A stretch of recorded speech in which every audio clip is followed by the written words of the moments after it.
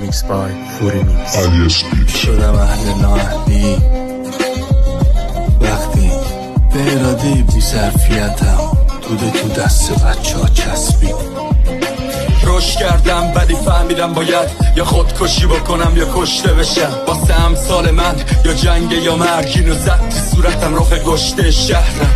چکوندی هرچی بود رد خوب لخت خون بسیم سر و هرچی بود ساختی رو مشکلات وسط راه دور با یه نور خام و کور ذره ذره را به زور میری با زخم پشت پات.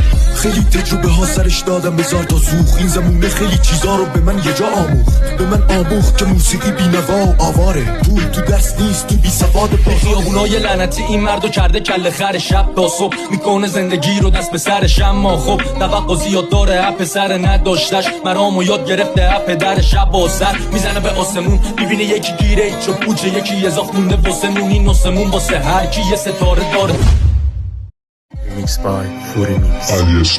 شدم اهل نااهلی وقتی به اراده بی ظرفیتم توده تو دست بچه ها چسبید.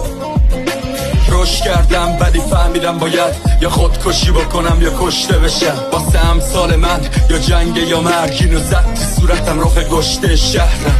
چکوندی هرچی بود رد خوب لخت خون بسیم سر و هرچی بود ساختی رو مشکلات وسط راه دور با یه نور خام و کور ذره ذره را به زور میری با زخم پشت پات. خیلی تجربه ها سرش دادم بذار تا زوخ این زمونه خیلی چیزا رو به من یه جا آموخت. به من آموخت که موسیقی بی نوا و آواره پول تو درس نیست تو بی سواد به خیابونای لعنتی این مردو کرده کله خر شب تا صبح میکنه زندگی رو دست به سرش. اما خب توقع زیاد داره اپ سر نداشتش مرامو یاد گرفته اپ در شب و سر میزنه به آسمون میبینه یکی گیره چو پوچه یکی اضاف مونده واسه نون این نسمون واسه هر کی یه ستاره داره.